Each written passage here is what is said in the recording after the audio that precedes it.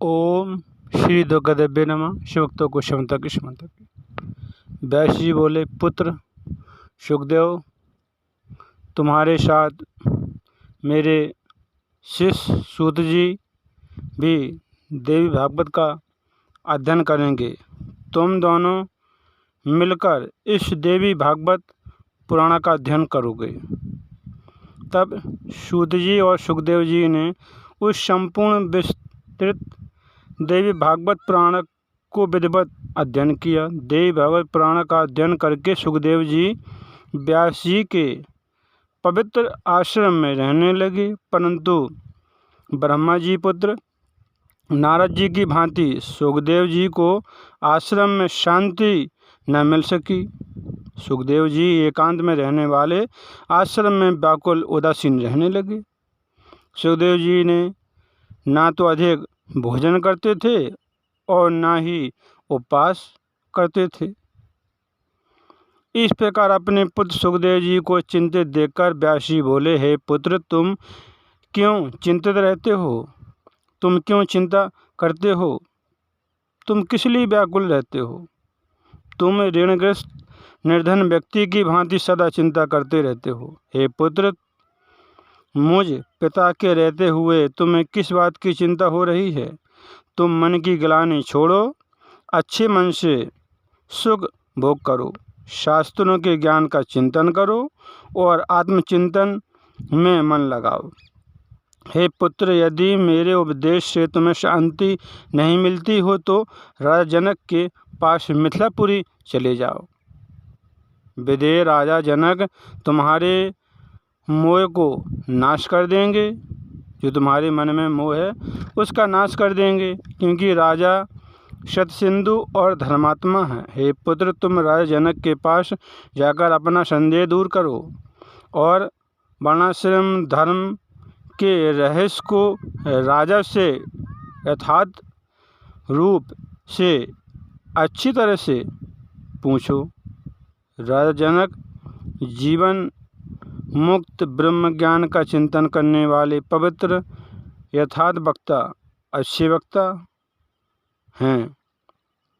व्यास जी का वचन सुनकर सुखदेव जी ने कहा, हे धर्मात्मन, हे पिताश्री, आपके द्वारा जो कहा गया है उसमें मेरे चित्त यानी कि मन में शंका उठती है कि यह गलत तो नहीं है। राजा जीवन मुक्त और विदेह होते हुए भी राजा जनक आनंद के साथ कैसे राज्य करते हैं? पिताजी, यह बात तो वैसे ही असंभव है जैसे किसी बंध्या को पुत्र हो। राजा जनक राज्य करते हुए भी विदेह कैसे हैं, यह मुझे अद्भुत संदेह हो रहा है। हे पिताश्री, अब मैं निर्विशेष विदेह जनक को देखना चाहता हूँ, क्योंकि राजा जनक जल में कमल के पत्ते की भांति संसार में कैसे रहते हैं। पिताश्री,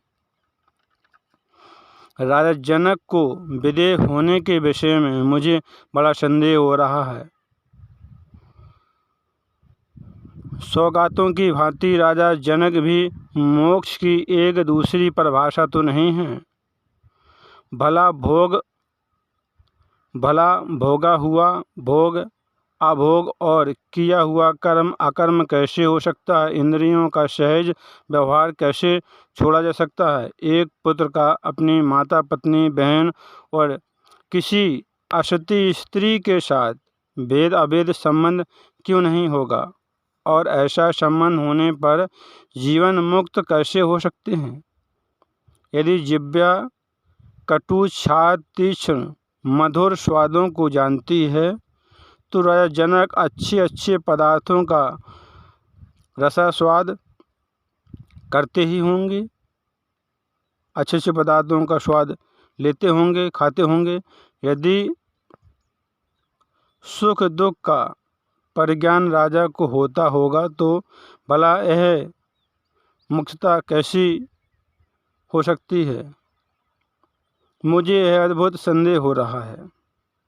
शत्रु और मित्र को पहचानकर उनके साथ बैर या अथवा प्रीति का व्यवहार किया जाता है तो राज सिंहासन पर बैठे हुए राजा जनक सतता या ममता का व्यवहार क्या नहीं रखते होंगे? राजा के राज्य में साधु और चोर एक समान कैसे समझे जाते होंगे? यदि साधु और चोर के प्रति समान बुद्धि नहीं है तब भला राजा जीवन मुक्त कैसे हो सकते हैं? ऐसा जीवन मुक्त कोई राजा मेरे द्वारा पहले कभी नहीं देखा गया है। यह बहुत बड़ी शंका है कि राजा जनक घर में रहकर भी मुक्त कैसे हैं। राजा के विषय में सुनकर राजा को देखने की बड़ी लालसा उत्पन्न हो रही है। अब संदेह को दूर करने के लिए मैं मिथिलापुरी जा रहा हूँ। पिता के कहने पर सुखदेव जी पिता के चरणों पर गिर पड़े और हाथ जोड़कर बोले, पिताश्री, अब मैं आपसे आज्ञा चाहता हूँ, मुझे आपका वचन स्वीकार है। अब मैं महाराज जनक की मिथिलापुरी देखना चाहता हूँ। राजा जनक दंड दिए बिना ही कैसे राज चलाते हैं? क्योंकि यदि दंड का भय प्रजा को न हो तो लोग धर्म का पालन नहीं करेंगे। राजधर्म का निर्वाह बिना दंड के कैसे हो सकता है? पिताश्री, इस विषय में मुझे महान संदेह है। यह बात वैसी ही है, अनर्गल प्रतीत होती है, जैसे कोई कहे कि मेरी यह माता बंध्या है। अब मैं आपसे अनुमति लेना चाहता हूँ और मैं आश्रम से जा रहा हूँ। व्यास जी ने अपने ज्ञानी पुत्र से कहा कि हे पुत्र, तुम्हारा कल्याण हो, तुम दीर्घ आयु हो। हे पुत्र, तुम मुझे सत्वचन देकर सुखपूर्वक जाओ और मेरे इस उत्तम आश्रम में फिर वापस आओगे। तुम जनकपुरी से कहीं और मत चले जाना। हे पुत्र, मैं तुम्हारा मुँह कमल देखकर ही सुखपूर्वक जीता हूँ और तुम्हें न देखने पर दुखी रहता हूँ। हे पुत्र, तुम ही मेरे प्राण हो। जनकपुरी में जनक से मिलकर और अपना संदेह दूर करके फिर